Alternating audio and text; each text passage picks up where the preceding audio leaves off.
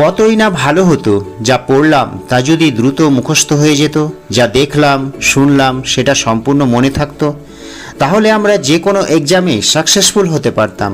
কিন্তু কেন এমনটা হয় না? আসলে আমরা আমাদের ব্রেন মেমোরিকে সঠিকভাবে ব্যবহার করতে পারি না। জেনে অবাক হবেন যে আমাদের ব্রেনের মধ্যে আনলিমিটেড স্টোরেজ রয়েছে, মোবাইল বা কম্পিউটারের মতো লিমিটেড স্টোরেজ নয়। এখন কথা হলো, আমাদের ব্রেনের মেমোরি স্টোরেজ এত বেশি থাকা সত্ত্বেও আমাদের সারাদিনের কাজগুলি বা ঘটনাগুলি ব্রেন মেমোরিতে সেভ হয় না কেন? আসলে ব্রেন মেমোরিকে অ্যাক্টিভ রাখার জন্য আমাদের প্রতিদিন যা করা উচিত তা আমরা করি না। তবে এখন থেকে আপনার ব্রেন আর দুর্বল হবে না। আপনার পড়া বা প্রতিদিনের কাজগুলি আর ভুলবেন না, কারণ এই ভিডিওতে আমি এমন কয়েকটি টিপসের কথা বলবো যা আপনার ব্রেনকে সক্রিয় করে তুলবে।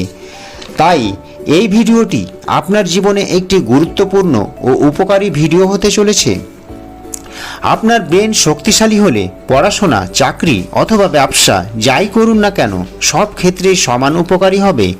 স্কুল কলেজে টপ করতে পারবেন, ভালো রেজাল্ট করতে পারবেন। তাই পুরো ভিডিওটি অবশ্যই দেখবেন।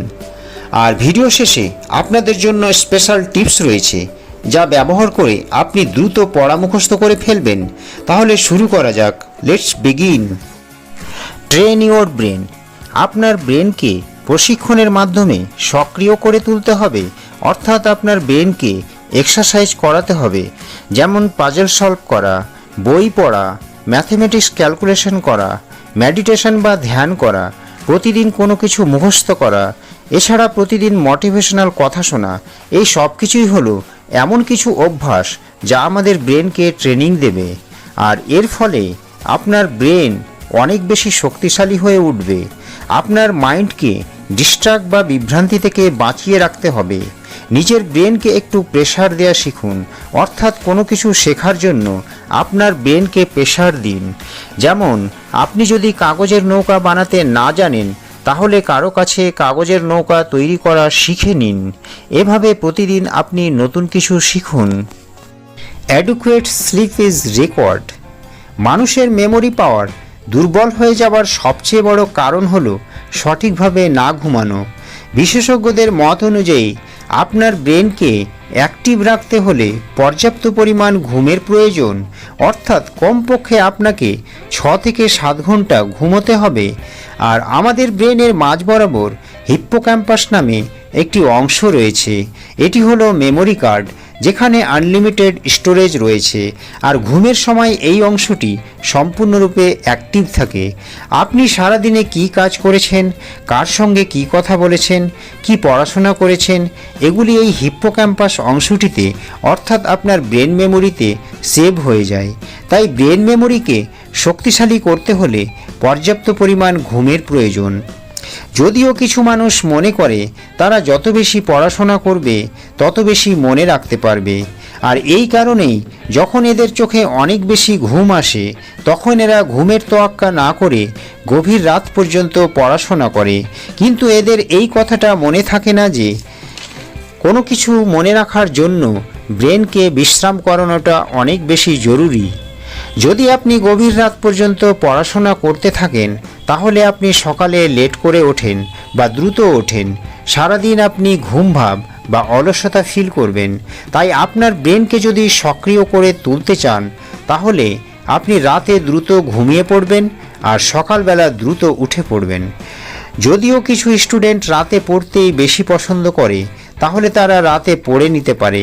কিন্তু যদি আপনার রাতে ঘুম আসে আর তখন আপনি জোর করে পড়ার চেষ্টা করছেন, তাহলে বলবো তখন আপনার ঘুমিয়ে যাওয়াটাই উত্তম। Things to do before sleeping. রাতের বেলা আমাদের ঘুমের মধ্যে সারাদিনের কাজকর্মগুলি ব্রেন মেমোরিতে সেভ হতে থাকে, অর্থাৎ ওই সময় স্মৃতি সংরক্ষণের একটা বড় কার্যক্রম চলে।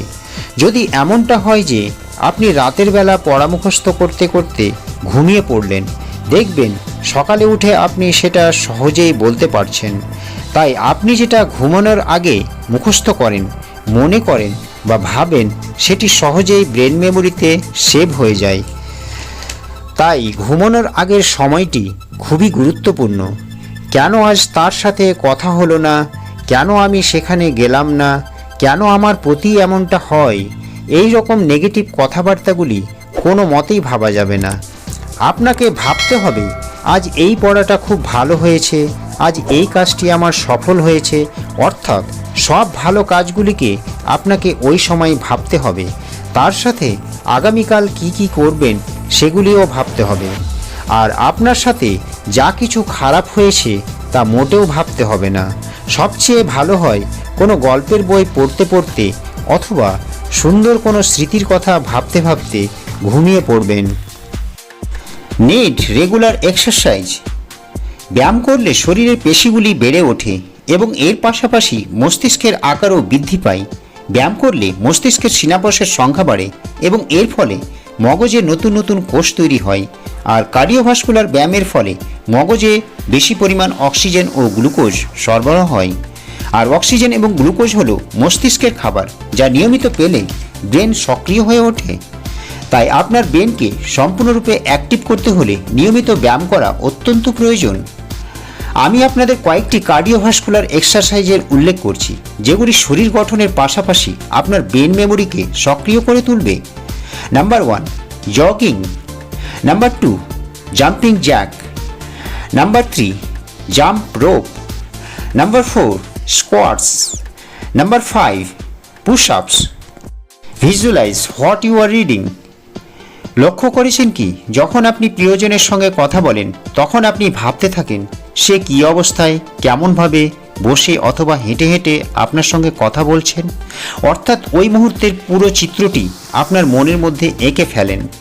ঠিক এরকমভাবেই আপনি যখন পড়বেন তখন সেটিকে চিত্রায়িত করে ফেলবেন, অর্থাৎ আপনি যা পড়ছেন সেটা যেন চোখের সামনেই দেখছেন। আর এভাবেই আপনার পড়া বা কোনো কাজ বা কোনো নির্দেশনাকে আপনি দৃশ্যপট বানিয়ে আপনার মাথার ভেতর ঢুকিয়ে ফেলতে পারবেন। বন্ধুরা, এখন আমি আপনাদের কয়েকটি স্পেশাল টিপস বলে দেব, যেগুলি আপনার ব্রেন মেমোরিকে এতটাই পাওয়ারফুল করে তুলবে যে আপনার স্টাডি করা সব কিছুকে সহজেই মাথার ভেতর ঢুকিয়ে ফেলবেন। টিপস নাম্বার 1, লিখে রাখার অভ্যাস। পড়ার সাথে সাথে আপনি সেটিকে লিখে ফেলবেন, কারণ নিউরোসায়েন্সের মতে কোনো কিছু লিখলে ব্রেনের অধিকাংশ জায়গা জুড়ে উদ্দীপনা সৃষ্টি হয়, আর ব্রেন ওই লেখাটিকে তার স্থায়ী মেমোরিতে কনভার্ট করে ফেলে। এর ফলে ওই পড়াটি মস্তিষ্কে দীর্ঘস্থায়ী হয় এবং ভুলে যাবার কোনো চান্সই থাকে না। টিপস নাম্বার 2, হেঁটে হেঁটে মুখস্থ করা। বহু গবেষণায় এটা প্রমাণিত যে কোনো শব্দ বা বাক্য যদি আপনি হেঁটে হেঁটে মুখস্থ করার চেষ্টা করেন তাহলে সেটা বহুদিন ধরে মনে থাকবে।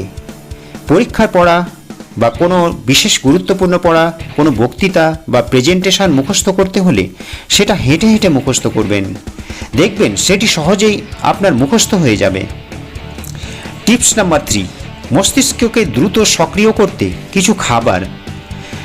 মস্তিষ্কের কোষ ফ্যাট অর্থাৎ স্নেহ পদার্থ দিয়ে তৈরি, তাই আপনার খাদ্য তালিকায় তেল চর্বি একেবারেই বাদ দেবেন না।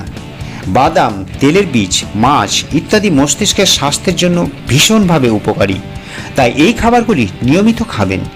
তাহলে আজ এই পর্যন্তই। ভিডিওটি ভালো লাগলে একটি লাইক অবশ্যই দেবেন। ভালো থাকবেন, সুস্থ থাকবেন। Thanks for watching.